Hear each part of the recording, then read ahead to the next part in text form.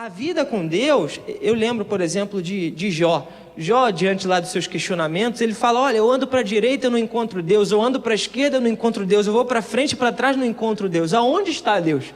Davi mesmo se questiona por diversos salmos, aonde está Deus? Eu não consigo perceber.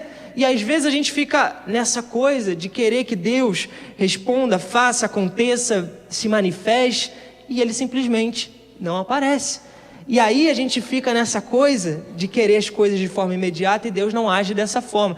Esse para mim, talvez seja um grande desafio da nossa vida, a gente entender como Deus funciona, como Deus trabalha. E Deus, Ele é o objetivo na tua vida, ou seja, coisas espirituais vão acontecer o tempo todo, milagres vão acontecer o tempo todo, mas de forma prática da nossa vida. Quando Jesus, ele, por exemplo, ele faz o seu primeiro sermão, o Sermão da Montanha, Mateus 6, ali seguindo até o capítulo 7, mais para frente, ele é muito prático nas coisas que ele fala. Não sei se você já percebeu isso. Eu já peguei Mateus 6, já falei muito dele, até para os jovens, acho que já preguei Mateus 6 todos, 7 também, o Sermão da Montanha todo. E ele fala sobre questões da vida, preocupações da vida, homicídio, adultério, ele fala sobre oração, ele fala sobre relacionamentos, amar o próximo, ele fala de todas as coisas, ele fala de você, aquela coisa, se orgulhar não, invejar o próximo, ele fala de coisas práticas da vida. E o cristianismo, na sua essência, na sua pureza, ele é vivido quando a gente pratica esse tipo de coisa. As orientações do Senhor, o Senhor, ele é muito claro, olha, ame o seu irmão. E quando você ama o seu irmão, você está praticando o Evangelho. E há uma manifestação do milagre do Senhor acontecendo naquele momento que você ama o seu irmão. Quando você ama o seu irmão e você tem compaixão dele, misericórdia dele, quando você perdoa o seu irmão das ofensas que ele tem cometido contra você, acontece um milagre naquele momento. E o Evangelho, ele está acontecendo na prática ali, quando você está perdoando, quando você está amando, quando você está sendo paciente, quando você está agindo como Jesus agiu, o Evangelho, ele está acontecendo. E pensando nessa questão prática da vida, a gente precisa entender, eu preciso me encher de Deus. Eu preciso me encher de Deus. Por quê? Porque a vida que eu vivo agora no corpo já não é mais minha. A vida que eu vivo agora no corpo é Cristo vivendo em mim. A palavra chega a dizer lá em 2 Coríntios que o nosso espírito é um com Deus. Então, existe só um espírito. O Espírito Santo mora no seu coração. Deus está ali. Às vezes a gente busca manifestações e respostas. Por exemplo, o jovem tem muito isso, o adolescente tem muito isso. Como é que eu vou saber ouvir a direção da voz de Deus? Eu preciso esperar algo acontecer, alguém falar, alguém viver. Aí eu pergunto, o que está dentro de você? O que vive dentro de você? Não é o Espírito de Deus? Então o Espírito será o árbitro aí no seu coração, para que você decida o que é bom, o que é ruim. Todas as coisas são lícitas, mas nem todas convêm. Como discernir? Vivendo no Espírito. Viver no Espírito é lutar contra a carne. Lá em Gálatas, Paulo fala, olha, há uma luta ali, uma batalha, a carne, o Espírito, a briga ali, onde nós estamos o tempo todo querendo mortificar a nossa carne e sermos vivificados pelo Espírito. Essa luta, essa batalha, ela é vivida agora no corpo. Nós vivemos isso. Na medida que eu aumento as práticas e aquilo que me leva a viver pelo Espírito, eu vou experimentar das coisas do Espírito. Na medida em que eu deixo vivificar em mim a carne, eu vou viver pela carne. E aí eu penso na minha vida, eu preciso viver como Jesus viveu, de forma simples. Eu preciso viver uma vida que é vivida pela fé. E aí é exatamente esse o ponto. A vida pela fé é uma vida sem ver. Se é fé, eu não preciso ver. Se é fé, eu não preciso tocar para acreditar. Se é fé, eu não preciso enxergar as coisas acontecendo para saber que elas estão acontecendo. E aí Deus trabalha dessa forma conosco, dizendo, ó, a vida que agora eu vivo no corpo, eu vivo pela fé no Filho de Deus.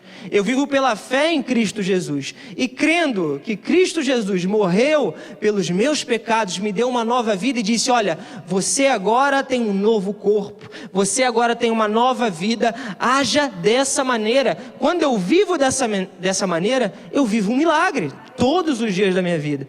Quando eu sou capaz de obedecer ao Senhor, de seguir as suas orientações, de buscar vivificar o Espírito de Deus no meu coração e não a carne, não deixar morrer a carne e viver o Espírito, eu vivo um milagre do Senhor. E são nessas coisas práticas da vida que eu vou construindo aqui ainda, nessa terra, um caráter semelhante ao de Cristo.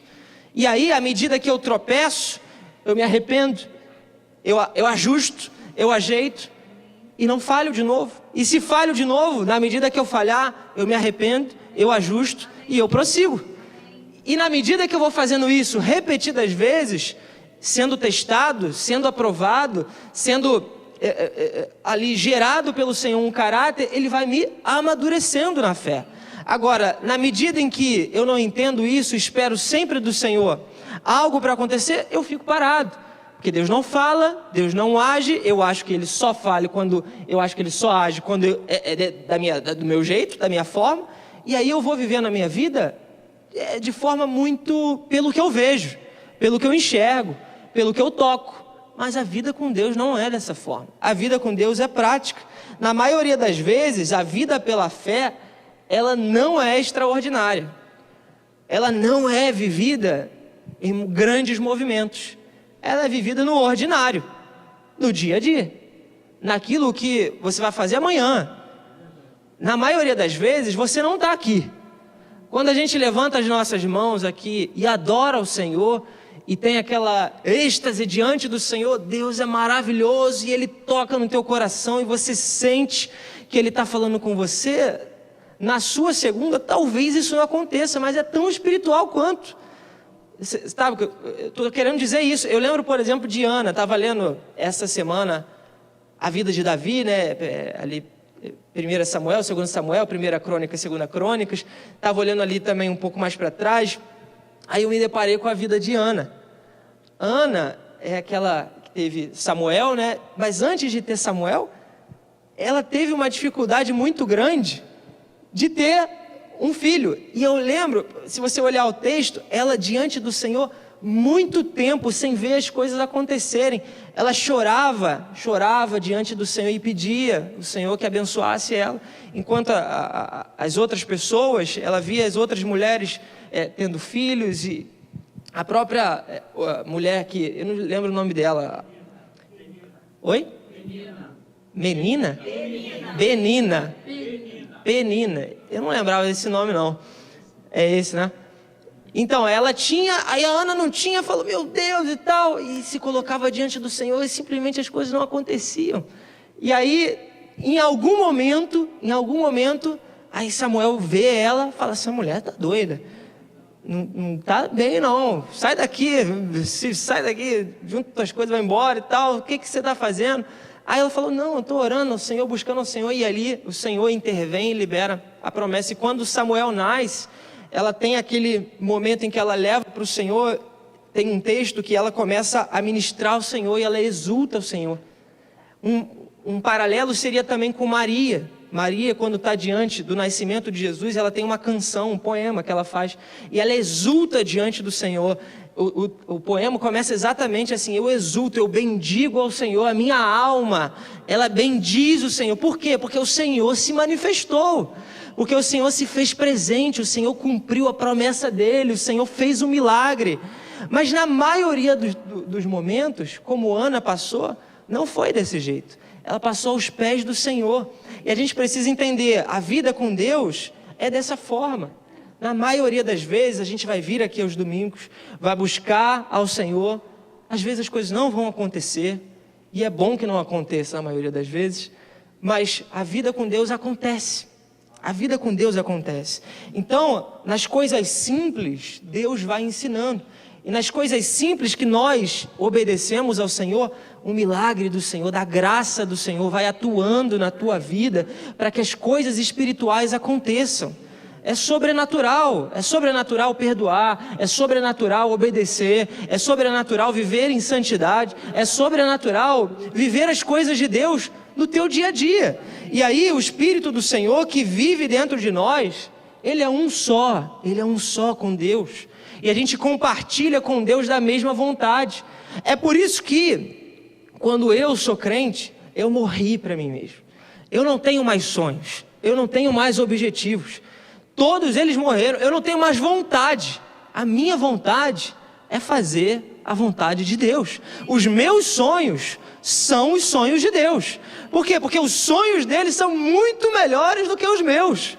Porque a vontade dele é muito melhor do que a minha. Porque os objetivos dele são muito melhores do que os meus. E aí, quando eu entendo isso, eu vivo uma vida só. A vida que agrade a Deus. Errando, falhando, mas corrigindo. E aí, pensando nisso, Jesus ele ensina algumas coisas. E essa só foi uma introdução para mostrar como Jesus é prático e as coisas acontecem de forma prática, mas tremendamente de forma espiritual. Quando as coisas acontecem de forma prática, não quer dizer que elas não são espirituais. Mas é preciso uma profundidade, uma maturidade para entender que quando eu obedeço ao Senhor, algo espiritual está acontecendo. Porque não é da minha natureza agradar a Deus. Já parou para pensar nisso? A minha natureza ofende a Deus o tempo todo. A minha natureza vai ofender a Deus com todas as minhas práticas. Do homem não pode se extrair nada de bom. A única coisa que nós temos de bom, Deus que deu. Deus deu. Então assim, quando nós olhamos para Deus, nós olhamos para o Criador, para aquele que fez todas as coisas e nos deu a oportunidade de nos salvar de nós mesmos, dos nossos pecados e fracassos. E aí Jesus é essa pessoa e ele diz, olha, um monte de orientação para os seus discípulos. E um monte de coisa para dizer, olha só, vivam de maneira digna do Senhor. Vivam de maneira que agrade ao Senhor. E como vocês podem viver dessa maneira? E o Senhor falou muito no meu coração sobre Lucas capítulo 17. E algumas coisas aqui, eu não ia ler a primeira parte, mas eu vou ler para a gente dar uma introdução e chegar no final, aqui no meio e no final, que é os dois pontos principais que eu queria falar com você, que é sobre perdoar e sobre servir. Jesus ele começa dizendo assim, lá em Lucas capítulo 17, verso 1. Jesus disse aos seus discípulos, é inevitável que aconteçam coisas que levem o povo a tropeçar, mas ai da pessoa por meio de quem elas acontecem. Seria melhor que ela fosse lançada no mar, com uma pedra de moinho amarrada no pescoço, do que levar um desses pequeninos a pecar. Verso 3, tomem cuidado. Se o seu irmão pecar, repreenda-o. E se ele se arrepender, perdoe-lhe. Se pecar contra você 7 vezes no dia, e 7 vezes voltar a você e disser, estou arrependido, perdoe-lhe. Os apóstolos disseram ao Senhor, aumenta a nossa fé. E aí ele respondeu, se vocês tiverem fé do tamanho de uma semente de mostarda, poderão dizer a esta amoreira, arranque-se e plante-se no mar, e ela lhes obedecerá. E aí o verso 7, ele conta aqui uma história. Ele diz, qual de vocês que tendo um servo que esteja arando ou cuidando das ovelhas, lhe dirá, quando ele chegar do campo,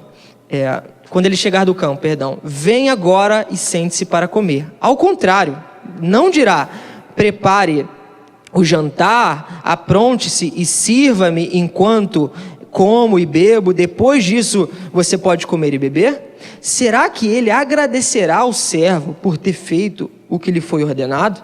Assim também vocês, quando tiverem feito tudo o que lhes for ordenado, devem dizer, somos servos inúteis, apenas cumprimos o nosso dever. Amém? Feche seus olhos. Pai, te louvamos pela tua palavra, te louvamos, Senhor, porque na tua simplicidade o Senhor nos ensina coisas profundas, nos ensina a olhar e ver, e enxergar nas tuas escrituras, Senhor, uma forma de mudarmos a nossa vida, as nossas práticas, Senhor, nos dê olhos para ver e ouvidos para ouvir. Eu oro em nome de Jesus. Amém? Jesus está falando aqui de coisas muito simples. Primeiro ele fala sobre o tropeço, né? Ele diz, olha, é inevitável que os homens falhem, tropecem e caiam nos seus próprios erros. Então, não se preocupem com isso. Ele está dizendo, olha, é inevitável que isso aconteça. Porém, se preocupem de não serem os causadores desse tipo de coisa. Se preocupem em não influenciar ou serem os agentes do erro do teu próximo. Na maioria das vezes, quando a gente pensa nesse texto, a gente está pensando em práticas no sentido de dar um bom testemunho, né? Mas não se resuma a isso. Quando Jesus fala do tropeço aqui, ele está falando da nossa relação com outras pessoas, com homens.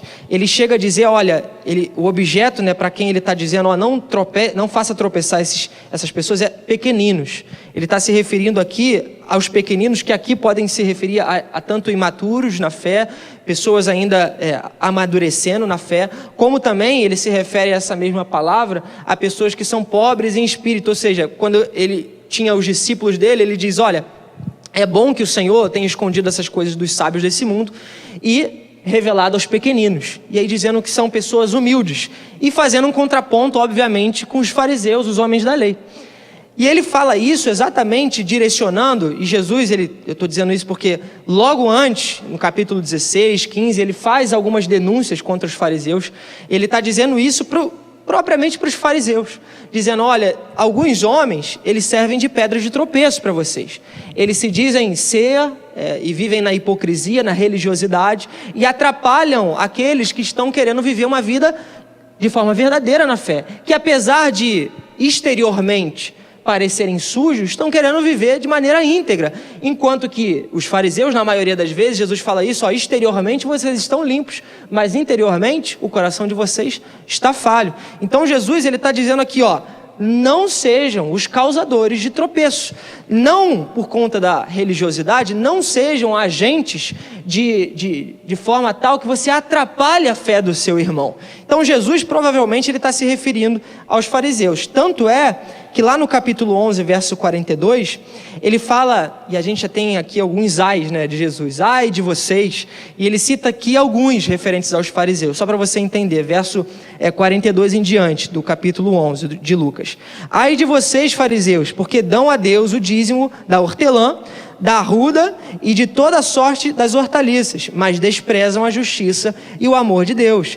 Vocês deviam praticar essas coisas sem deixar de fazer aquelas. Então ele está dizendo, olha, vocês ofertam, vocês dão grandes dízimos e ofertas diante do altar do Senhor, mas o coração de vocês não tem amor, não tem justiça. Então ele está denunciando o que? Olha, façam aquelas coisas, sim, ofertem, deem o dízimo de vocês, mas que o amor de Deus esteja no coração de vocês também, que vocês vivam integralmente esse amor.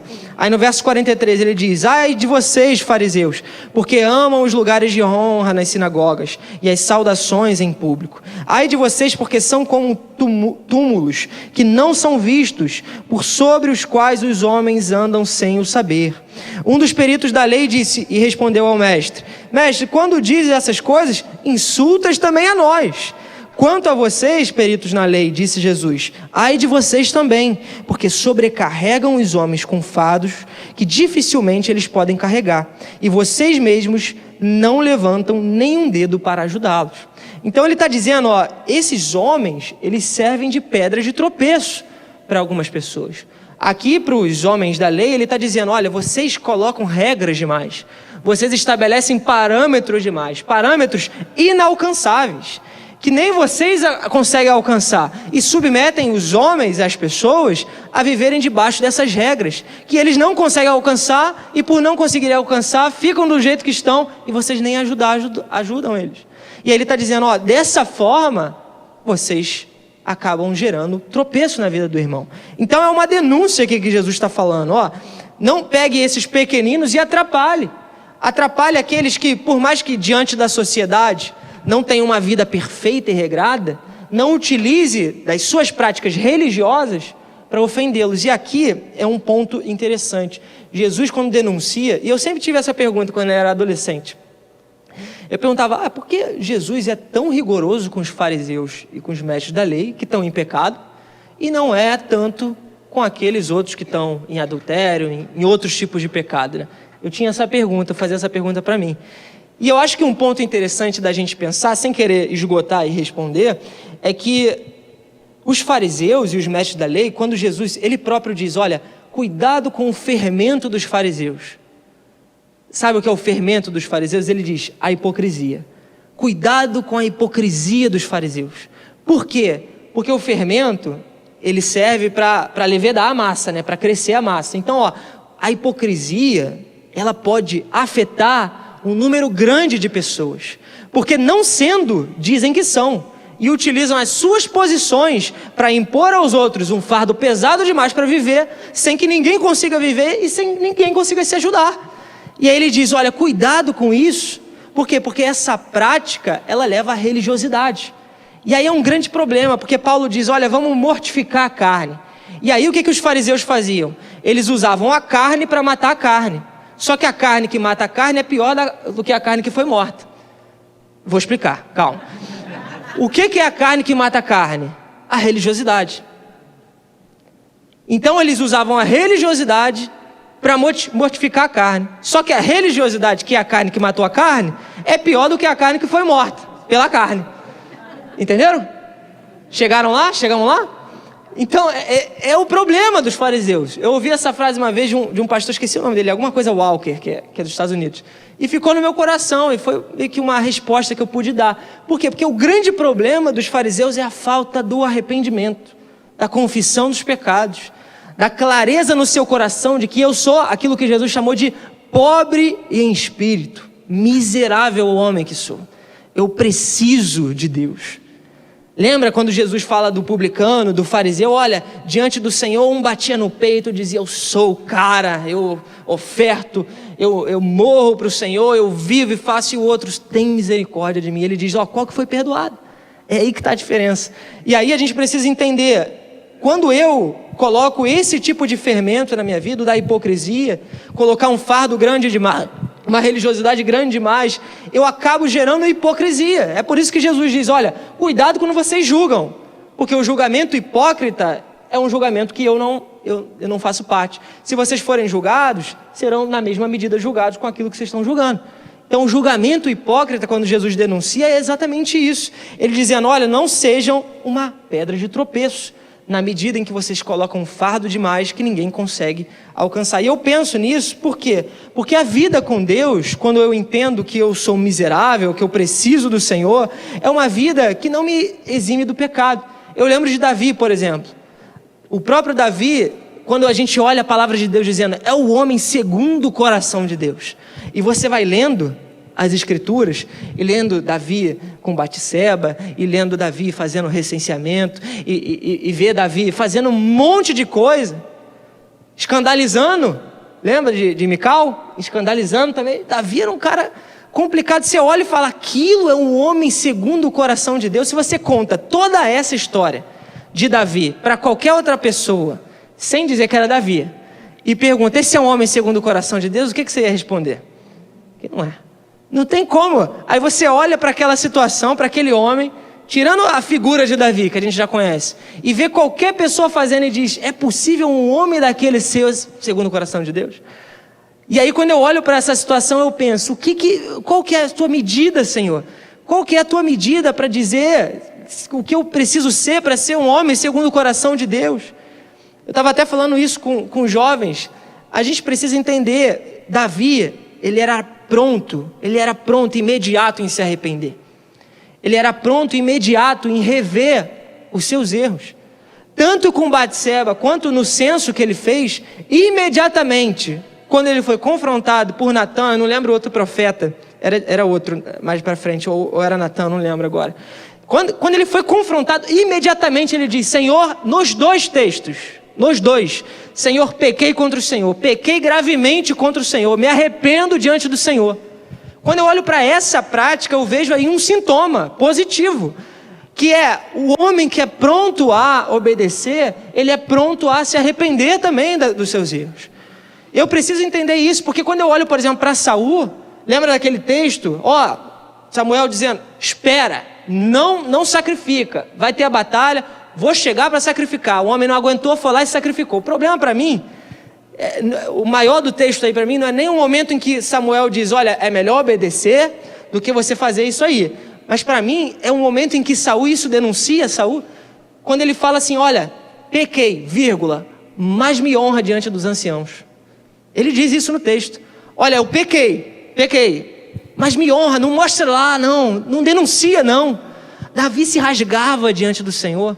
Davi, no censo, quando o Senhor coloca 3 propostas para ele, ó, você pode morrer desse jeito, desse jeito, desse jeito. Qual que você prefere? Estava até falando isso quarta-feira, antes de começar o culto. Ele diz, olha, eu prefiro morrer e estar nas mãos do Senhor, do que estar nas mãos dos homens, da terra, das coisas. Eu prefiro estar na mão do Senhor. Então que venha a praga do Senhor. E aí, pensando nisso, Davi, diante daquela situação, quando ele estava ali diante da eira de Araúna, o anjo do Senhor vindo com a espada, Davi, naquele momento, diz que o anjo vê, e Davi está prostrado diante do Senhor, com todos os homens ali prostrados diante do Senhor, arrependido, clamando pela misericórdia do Senhor. E ele diz, olha, Senhor, venha a tua ira sobre mim, do que sobre esse povo aqui, porque fui eu que pequei, fui eu que falhei.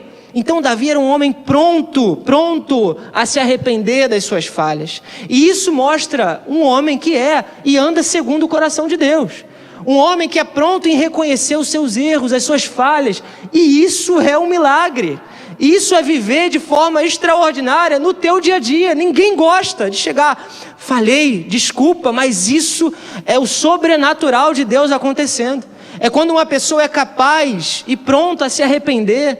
É quando uma pessoa é capaz e pronta a dizer, falhei, errei, preciso ajustar, preciso consertar, preciso rever as minhas práticas, os meus erros. A palavra de Deus é assim que anda um homem que é segundo o meu coração.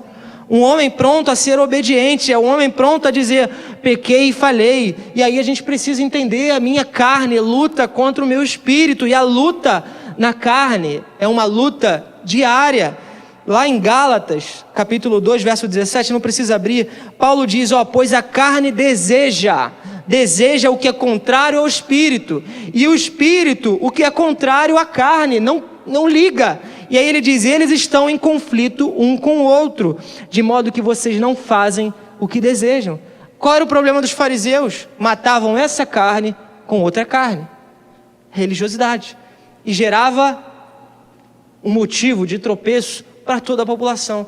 A religiosidade é isso, é a gente trocar o nosso real quebrantamento por uma falsa realidade espiritual. Uma falsa realidade espiritual. A religiosidade aqui vivida por esses homens, que Jesus estava denunciando, ela enganava a eles mesmos e levavam os homens a viverem no engano. Por isso que ele diz, cuidado com esse fermento. Cuidado com essa prática, essa hipocrisia. Viva de maneira íntegra, por mais que isso te custe. E custou muito a Davi. A fama, a visão dos outros é melhor agradar a mim do que aos homens. É isso que a gente aprende. Então, o que a gente precisa entender? Que a gente não pode atrapalhar e deixar que os outros nos atrapalhem. A gente precisa entender na nossa vida que nós temos um grande potencial de afetar um grande número de pessoas à nossa volta. Quando eu penso naquilo que eu posso fazer na minha vida, eu tenho um grande potencial de contaminar, de influenciar muitas outras pessoas com aquilo que eu faço. E isso deve gerar em nós um temor de que o tempo todo, sim, nós estamos sendo observados, olhados, mas o tempo todo, e por conta disso, a gente está influenciando. E aí, quando Jesus fala isso, ele está dizendo, olha, os homens vão falhar, não tem como fugir disso. Mas fujam de serem os agentes, o objeto do tropeço, o motivo do tropeço. Então, a gente precisa tomar muito cuidado. O pastor estava falando, a gente é especialista em falar mal das coisas. E sabe quando você é pedra de tropeço? Quando você compartilha isso e chama os outros para compartilharem dessa reclamação também. Mal dizer, mal falar, fofocar, influenciar para o negativo, é ser uma pedra de tropeço também. É ser uma influência negativa também. Não, a gente precisa entender, toda vez que eu julgo, que eu falo aquilo que eu não vivo e para o bem, eu estou sendo, primeiro, hipócrita e, segundo, fofoqueiro. E aí Jesus está dizendo, olha, não influenciem para o mal, não imponha fardo pesado demais para que os outros vivam. Não coloque a tua régua de medir lá no alto, dizendo que as pessoas não podem falhar e não podem errar. Seja um agente da graça de Deus na vida das pessoas. Se não for para somar, não divida. Se não for para ajudar, não se meta. A gente precisa entender uma coisa, e eu também estou me incluindo. Ninguém quer saber a nossa opinião. Ninguém quer saber, eu preciso olhar para mim, eu estou falando Lúcio. Ninguém quer saber a minha opinião. Se não for para ajudar, se não for para apoiar, eu não preciso falar. Eu não preciso dizer. E eu aqui não estou acusando ninguém, pelo amor de Deus. Quem sou eu? Mas a gente precisa olhar para nós mesmos e entender, eu vivo uma vida semelhante à de Cristo? Eu preciso andar segundo Cristo andou? Sim. Então eu preciso não ser uma pedra de tropeço. E aí, quando eu compartilho, eu chamo, olha aqui o que o irmão fez, olha aqui o que o outro irmão fez, eu estou sendo uma pedra de tropeço. Eu estou atrapalhando a vida do irmão. Outra questão, a gente precisa tomar muito cuidado, porque, e aqui falando para os pais, a gente quando tem a nossa relação aí dentro de casa, nós somos uma influência muito grande na vida dos filhos, dos pais, e, enfim, a família toda se influencia de muita forma, sobretudo os pais em relação aos filhos. E aí quando a gente olha, e aqui tem a questão, por exemplo, eu lido muito com jovem adolescente, quando a gente olha para os pais e a influência, os pais precisam entender que eles têm uma responsabilidade muito grande com o que eles falam, com o que eles dizem. E sobretudo pensando em relação à igreja, por exemplo, quando nós trazemos para casa questões mal resolvidas, problemas de fora, nós geramos uma influência negativa e por diversas vezes podemos ser pedra de tropeço na vida dos filhos. Por quê? Porque a gente olha para os filhos e os filhos olham para nós e tem uma referência. E tem deposita uma confiança. Na medida em que eu sou uma influência onde só coisas ruins, só problemas, só maldizeres, só fofoca acontece, a influência fica negativa. Eu por exemplo, já tive uma experiência, não é nada daqui, nenhum jovem daqui, que eu já conversei com um jovem uma vez, e me contou basicamente que ele não aguentava mais contato com igreja, com relação de igreja. E o problema central era os problemas que os pais tiveram na igreja. E isso, na medida em que os pais não protegem, não blindam os filhos, a experiência passa para os filhos. E aquele sentimento de aversão à igreja, ele se torna também um motivo do problema que os pais tiveram. Então, o que a gente precisa ter na nossa vida? A consciência de que eu influencio, a consciência de que eu posso ser um canal de bênção e um canal de maldição. Então, a minha boca, quando eu controlo ela, é como o Tiago fala, eu controlo todo o corpo, eu controlo todas as outras coisas. E aí, quando eu penso em todos esses aspectos aqui, eu preciso entender, Senhor, me livra, e tenha compaixão e misericórdia de mim, para que eu não seja uma influência, um motivo do tropeço do outro, seja do meu filho, o meu pai, minha mãe, o meu irmão dentro da igreja. Eu não posso ser esse tipo de influência. Jesus está denunciando isso. Ele está dizendo, olha, leve a sério. É por isso que no final do texto ele diz, olha, tomem cuidado, sejam vigilantes, fiquem atentos com a influência que vocês têm. Mas aí ele continua, e aí dando continuidade aqui, mas se acontecer alguma coisa, basicamente isso, ele está dizendo aqui, se o seu irmão pecar, então ele dá uma continuidade, ele diz, olha, todos vão tropeçar, e se o seu irmão pecar contra você, repreenda-o, e se ele se arrepender, perdoe-lhe. Se pecar contra você 7 vezes no dia, e 7 vezes voltar a você e disser, estou arrependido, perdoe-lhe. O que Jesus está dizendo? Outro milagre que acontece na nossa vida. Quando a gente é capaz de olhar para o outro, ofendeu ao outro, se arrepender e o outro dizer para você, eu te perdoo. Quantas vezes a gente fica diante de situações que a gente se ofende, a gente gera algum tipo de intriga e aquele perdão nunca é liberado e aquilo trava a nossa vida. E aqui eu não estou falando de qualquer perdão, estou falando de um perdão que libera o coração mesmo. Por exemplo, você pode falar assim, eu perdoo, eu não quero nem ver perto, nem pintar de ouro, longe, quero ver longe. Aí eu te pergunto, isso é perdão? Porque, pensa, você diante do Senhor pecou, Senhor me perdoa, Senhor me desculpa, aí o Senhor perdoa, mas não quero ver nem pintado de ouro, sai de perto, aparta-te de mim, Satanás. Imagina se Deus faz assim com a gente, eu te perdoo, mas não quero ver nem perto. Não funciona. Por quê? Porque o Senhor condiciona, e aqui é outro ponto, Jesus condiciona o perdão dele a nós, a nossa capacidade de perdoar. Já viram esse texto? Eu leio para vocês, não estou falando da minha cabeça não. Mateus 6, 14 e 15. Porque se perdoardes aos homens as suas ofensas, também vosso Pai Celestial vos perdoará a vós. Se porém não perdoar, ele poderia parar aí. Aí você dizia, não, talvez seja isso, mas ele conclui. Se porém não perdoardes aos homens, tampouco vosso Pai perdoará as vossas ofensas. Olha que coisa. Isso é muito forte. Se a gente é incapaz de perdoar, a gente é incapaz de ser perdoado. Lá, quando Jesus ele tem a oração do Pai Nosso, ele faz essa condição também. Ele diz, olha, quando vocês orarem assim, Senhor, perdoa os nossos pecados, assim como nós também perdoamos aqueles que nos têm ofendido. Isso é um milagre. Perdoar é um milagre. Quando a gente olha, por exemplo, e a gente tem vários exemplos disso, a parábola do credor incompassivo, ele foi perdoado de uma grande dívida. Então, eu lembro que ele fala um número, né, e a dívida, se você fizer a conversão, é trilionária, bilionária, dizendo que é uma dívida que é impossível de se pagar. Aí nós temos o rei, eu não sei se era rei ou o credor, e o outro era o conservo, né?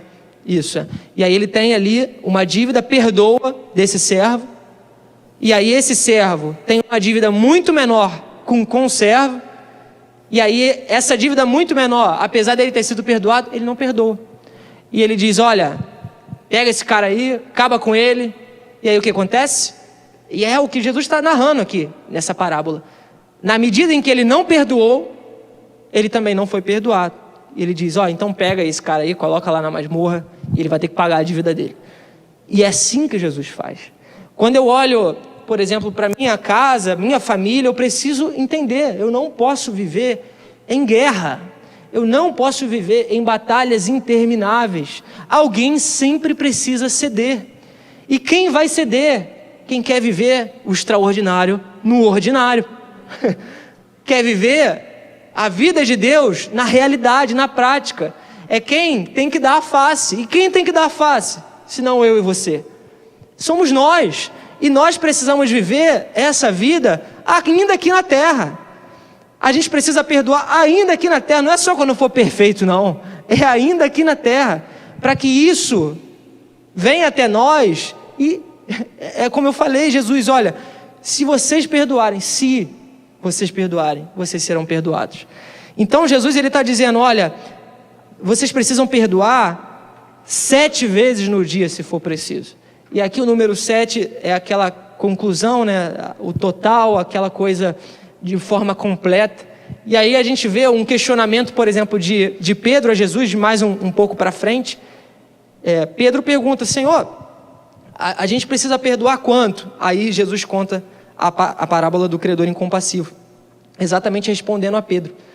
E aí Jesus vai falar, olha, perdoe 70 vezes 7, não é nem mais 7, é 70 vezes 7.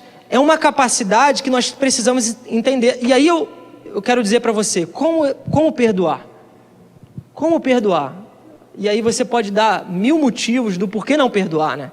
A gente tem diversos motivos de chateações que às vezes na tua vida eu não conheço, mas você pode ter muitos motivos para dizer isso não tem como perdoar. Uma vez eu trouxe uma mensagem para os jovens no discipulado e aí eu trouxe uma situação, perguntei para eles, tem questões que são imperdoáveis? São imperdoáveis. Se fizerem determinada coisa com você, aquilo é imperdoável? Aí eu lembro que eles trouxeram um monte de coisas que seriam muito imperdoáveis, né? Mas quando a gente olha para Jesus, o seu pecado, ele era imperdoável. Era imperdoável, não tinha como ter perdão daquilo que você fez contra Deus. Mas mesmo assim, Deus resolveu perdoar. A gente precisa entender então que a melhor forma de perdoar é entender o amor de Deus sobre as nossas vidas. Quando a gente entende o tamanho do amor de Deus pela minha e pela sua vida, a gente encontra de algum jeito um coração disposto a perdoar. E aí, eu já aconselhei isso, já falei, olha, como é que eu faço isso para perdoar e tal? Não sei como é que eu faço. Busque o amor do Senhor. Busque o amor do Senhor. Senhor, revela-me teu amor. Revela a grandiosidade do teu amor, o tamanho do teu amor. E à medida que isso é revelado e você busca no amor de Deus o motivo do perdão, as coisas, elas acontecem. E aí, o que acontece? O espiritual. A capacidade de você sentar do lado do teu irmão e falar, ó, me desculpa, me perdoa a minha falha. É o ápice do movimento de Deus na tua vida. É quando você é capaz de dizer, olha, me perdoa, e isso de forma completa. E aí, dando continuidade, ele diz, aí é interessante no verso 5, né, que diante disso, ó, perdoe 7 vezes aqui, né, que ele fala, 7 vezes no dia se for preciso. Aí os apóstolos viram no verso 5 e falam, Senhor, então dá mais fé aí pra gente, né? Porque como é possível perdoar 7 vezes no dia? Imagina, um amigo lá vem 7 vezes no dia, é o objeto da tua ira, da tua revolta, da tua chateação. 7 vezes no dia ele vem e perdoa. E aí Jesus está usando esse exagero aqui para dizer, olha, é sempre que alguém pedir perdão, perdoe. E aí os discípulos dizem, então eu preciso de mais fé. Eu preciso de mais fé, porque eu não consigo.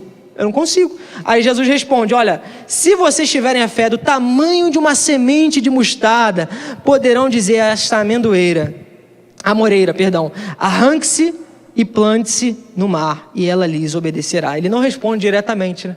Mas ele diz, olha, vocês não precisam de uma fé grande para perdoar. Vocês precisam colocar no objeto da sua fé a pessoa certa. Vocês precisam entender que a fé, num grão de mostarda, se vocês tiverem a fé em Jesus Cristo, na obra que Ele fez, naquela cruz, morrendo pelo meu e pelo seu pecado, você vai ser capaz de perdoar.